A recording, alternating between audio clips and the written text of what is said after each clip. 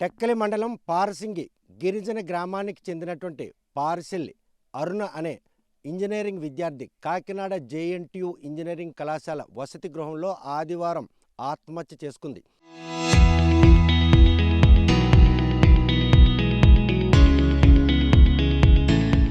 కాకపోతే ఆమె ఆత్మహత్య వెనుక ఏ అగాంతకుడు వేధింపులు ఆమెను ఈరోజు ఆ తల్లికి దూరం చేశాయి. ప్రస్తుతం మాత్రం ఆమె సొంతూరైనటువంటి పారసింగి గ్రామం, కొండల నడుమున్నటువంటి ఈ గ్రామంలో మాత్రం చదువులు సరస్వతిగా కొలువుతీరినటువంటి అరుణ మాత్రం చదువుపై ఉన్న ఆసక్తి, కూతుర్ని కొడుకుని చదివించుకుంటున్న సంధ్య తల్లి మాత్రం కూతుర్ని ఉన్నత చదువులు చదివించాలన్న ఆమె ఆశయాలకు మాత్రం కొంతమంది ఆగంతుకులు గత ఏడాది నవంబర్లో మిలియాపుట్టి మండలం జంతూరు గ్రామానికి చెందిన దానేంద్ర అనే గిరిజన యువకుడు ఆమెను వేధిస్తున్నాడని చెప్పి టెక్కల పోలీస్ స్టేషన్లో ఫిర్యాదు ఇవ్వడం జరిగింది.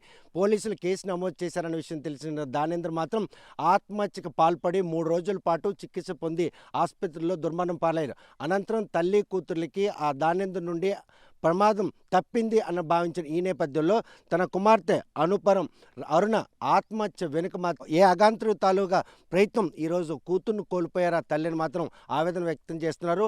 గత రాత్రి మృతదేహం మాత్రం గ్రామానికి చేరుకుంది. అంత్యక్రియలు నిర్వహించారు. ఆదివాసీలు విద్యార్థులకు మాత్రం ఈరోజు ప్రాణాలకు భరోసా లేనటువంటి పరిస్థితి.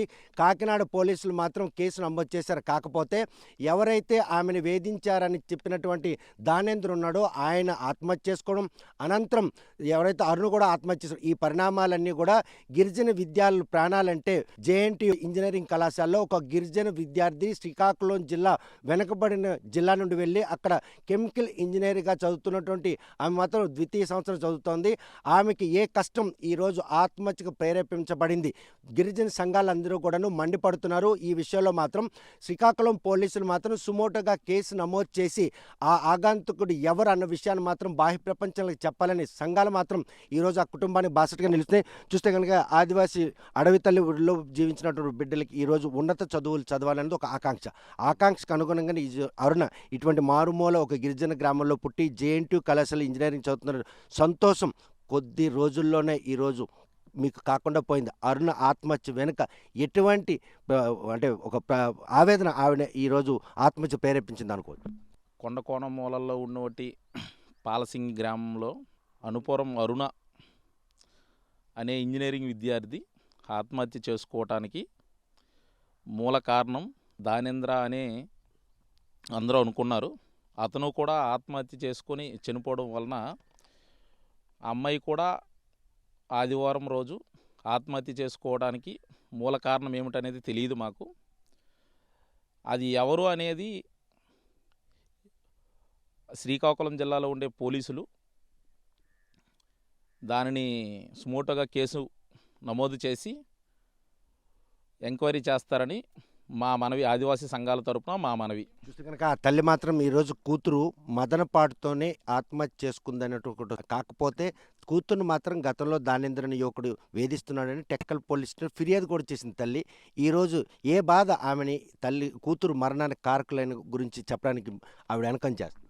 కూతురు బాహ్య ప్రపంచాన్ని నుండి దూరం అయిపోయిందని బాధతో ఆవిడ కూడా ఏం చెప్పాలో తెలియక, అలాగే భర్త కూడా లేనటువంటి పరిస్థితిలో ఏం చెయ్యాలని తెలియక, ఆవిడ ఏం చెప్పాలో ఏం చేయాలని తెలియక ఆవిడ అలా నిరుత్సాహంగా ఉండిపోయింది. చూస్తే కనుక కాకినాడ పోలీసులు దీన్ని మాత్రం ప్రతిష్టాత్మక తీసుకున్నారు.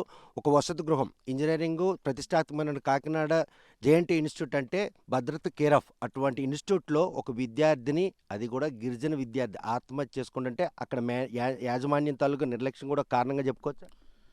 యాజమాన్యం నిర్లక్ష్యం కూడా ఉంది.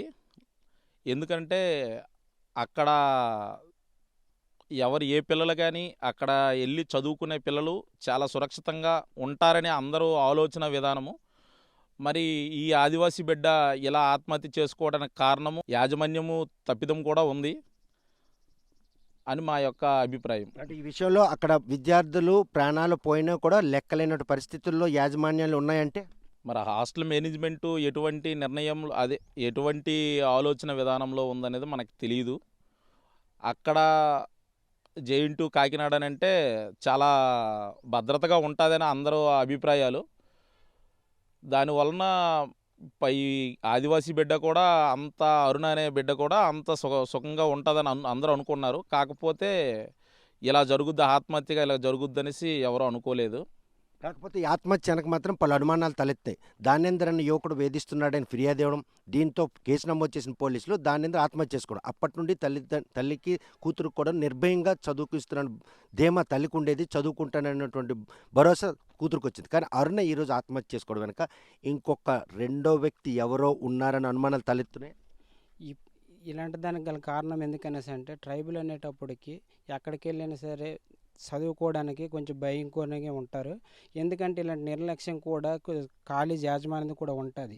ఎందుకనేసి అంటే ఈరోజు మా పాప చనిపోవడానికి గల కారణాలు కూడా ఎందుకనేసి అంటే ఎక్కడ చూసినా సరే మన ట్రైబల్ అమ్మాయి అనేటప్పటికి ముందు చర్యలు తీసుకోవట్లేదు. ఎప్పుడు కూడా ఇలాంటి చర్యలు అనేవి జరిగేటప్పుడు కూడా డిపార్ట్మెంట్ కూడా ఎందుకంటే తక్షణ చర్యలు తీసుకోవట్లేదు. యాజమాన్యం తాలూ నిర్లక్ష్యం కూడా దీనికి ఒక కారణంగా మనం చెప్పుకోవచ్చా? చెప్పుకోవచ్చు. ఎందుకనేసి అంటే మాకు ఇప్పుడు ట్రైబల్ ఏరియా వస్తడికి ఎటువంటి ప్రోత్సాహం లేకపోవడం వల్లే మాకు ఇలాంటివి జరుగుతున్నాయి. ఎందుకనేసి కాలేజ్ యాజమాన్యం వల్ల కూడా తప్పు ఉండడం వల్ల ఇలాంటి పరిణామాలు జరుగుతున్నాయి అనేసి మా యొక్క ఆవేదన. గత ఏడాది నవంబర్లో దానేంద్ర ఆత్మహత్య అనంతరం ఆ కుటుంబంకి వచ్చినటువంటి కష్టం తీరిపోయింది అన్న ఒక ధీమా నెలకొన్న నేపథ్యంలో ఈరోజు అరుణ ఆత్మహత్య, ఆ ఇంట్లో చదువులు సరస్వతిని కోల్పోయిన తల్లి ఆ కంటతడి మాత్రం ఎవరు కూడా కట్టే పరిస్థితి లేదు. ఎందుకనేసి అంటే ఇప్పుడు తల్లిదండ్రులకి పిల్లలు భవిష్యత్తు బాగుండాలని కోరుకుంటారు. కాబట్టి ఇలాంటి దుర్మరణాలు జరగడం వల్ల కారణం కూడా కాలేజ్ యాజమాన్యం కూడా నిర్లక్ష్యంగా ఉన్నదని కోరుకుంటాము. ఈ విషయంలో ఆదివాసీలు వాళ్ళు ఎటువంటి న్యాయం చేయాలని ఎవరి దగ్గరికి వెళ్ళాలో తెలియని పరిస్థితుల్లో తల్లి ఉంది. మరి అటువంటి ఒక ఉన్నత చదువులు చదువుతున్నటువంటి అరుణ ఆత్మహత్య, ఒక కెమికల్ ఇంజనీరు, అప్కమింగ్ ఒక సైంటిస్ట్గా ఉండాల్సిన ఆమె లేకపోవడం ఆదివాసీ విద్యార్థుల్లో ఒక భయం నెలకొనుంది.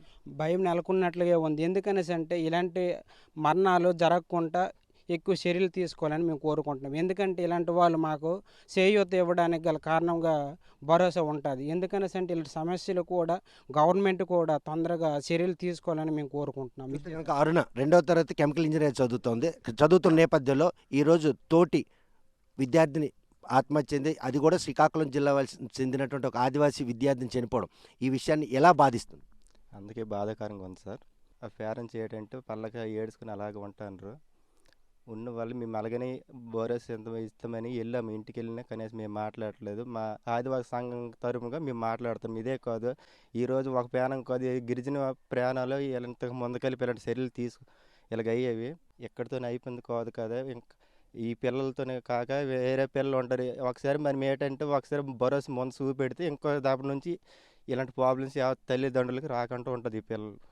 చూస్తే కనుక ఆదివాసీ సంఘాలు ఆ కుటుంబంకి వచ్చినటువంటి కష్టాన్ని మాత్రం ఈరోజు పరిణామాలు తీసుకొని పరామర్శకు వెళ్ళిన వారితో కూడాను వచ్చిన కష్టాన్ని మాత్రం చెప్పుకునేందుకు మాత్రం వాళ్ళు సుముఖత చూపుకుపోవడం, ఈ పరిణామాలన్నీ కూడాను మారుమూల అడవి తల్లి ఒడులో జీవించినటువంటి ఆదివాసులకు అందని ద్రాక్షగా ఉన్నటువంటి ఉన్నత చదువులు అందుబాటులోకి వచ్చాయన్నటువంటి ఆశ ఈరోజు అడియాసులుగా మిగులుతున్నాయి.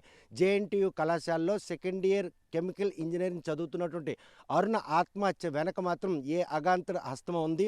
గత ఏడాది నవంబర్ నెలలో ఎవరైతే దేవేంద్ర అన్న వ్యక్తి మిలియాపుట్టు మండలానికి చెందిన ఆయన వేధిస్తున్నాడని నిర్భయంగా పోలీస్ స్టేషన్లో ఫిర్యాదు చేసినటువంటి తల్లి మాత్రం ఈ కూతురు కోల్పోయిన తర్వాత ఈరోజు ఎందుకు వెనకం చేస్తుంది? ఈ విషయంపై మాత్రం లోతుగా దర్యాప్తు నిర్వహించాలి. జేఎన్టీయు ఉన్నటువంటి ఉన్నత ఇంజనీరింగ్ కళాశాలలో ఒక గిరిజన విద్యార్థిని ఇలా ఆత్మహత్యకు పాల్పడడం, ఆత్మహత్యకు పాల్పడిన వెనక ఎవరి తాలూకా వేధింపులు ఆమెని ఈ లోకం నుండి లేకుండా చేసేయన్నటువంటి ప్రశ్నలు తలెత్తున్న నేపథ్యంలో జేఎన్టీయు కళాశాల యాజమాన్యం కూడాను నిర్లక్ష్యమే ఈరోజు అరుణ ఆత్మహత్యకు కూడా కారణమని ఆదివాసీ సంఘాలు ఆరోపిస్తున్నాయి. ఈ విషయంలో మాత్రం కాకినాడలో జరిగినటువంటి ఈ ఘటన మాత్రం శ్రీకాకుళం జిల్లా టెక్కలి మండలానికి సంబంధించినటువంటి పార్సింగి గ్రామంలో మాత్రం విషాద ఛాయలు అలుముకున్నాయి. చదువులు సరస్వతిగా ఆమెను చదివించేందుకు కూలి పనులు చేసుకున్న తల్లి ఈరోజు కూతురును కోల్పోయింది అన్నటువంటి మదనపాటు ఆమెను వెంటాడుతుంది. ఈ విషయంలో తనకు న్యాయం చేయాలని చెప్పి ముందుకొచ్చే పరిస్థితి లేదంటే ఆమెకి ఎవరైనా బెదిరిస్తున్నారా, లేకపోతే ఆమె వెనకబాటుతనమే ఆమెను ఈరోజు కూతురును పోగొట్టుకున్నాం ఇంకెందుకు తమకి ఈ సమస్యలని చెప్పేసి వెనకం చేసే పరిస్థితులు ఉన్నాయి. ఇటువంటి పరిణామాలన్నీ కూడాను పునరావృతం కాకుండా ఉండాలంటే మాత్రం ఆదివాసీ బిడ్డలు నిర్భయంగా ఉన్నత చదువులు చదివేందుకు అవకాశాలన్నీ కూడాను కళాశాల యాజమాన్యాలు కల్పించాలి. వారికి ఏమైనా సమస్య ఉంటే మాత్రం వారిని కౌన్సిలింగ్ నిర్వహించాలి, ఆ తల్లిదండ్రులు కూడా భరోసా ఇవ్వాలి. ఈ పరిణామాలన్నీ కూడాను నిర్లక్ష్యం కారణంగానే ఈరోజు engineering second year chemical engineer చదువుతున్నటువంటి అరుణ్ ఆత్మహత్యకు మాత్రం ప్రేరేపితులయ్యేనలో ఎటువంటి అతిశయోక్తి లేదు. ప్రస్తుతం మాత్రం పార్సింగి గ్రామంలో కూతురును కోల్పోయిన తల్లి మాత్రం కన్నీరు మున్నీరై రోధిస్తుంది. ఉన్నత చదువులు చదువుతుంది, తండ్రి లేనటువంటి ఆ కూతురును మాత్రం ఈరోజు ఉన్నతంగా చూడాలనే తల్లి ఆశలు మాత్రం అడియాల్సిన నేపథ్యంలో మాత్రం ప్రస్తుతం గిరిజన విద్యార్థులకు మాత్రం నిర్భయంగా విద్యను అభ్యసించుకునేటువంటి అవకాశాలన్నీ కూడాను ప్రభుత్వాలు కల్పించాలి.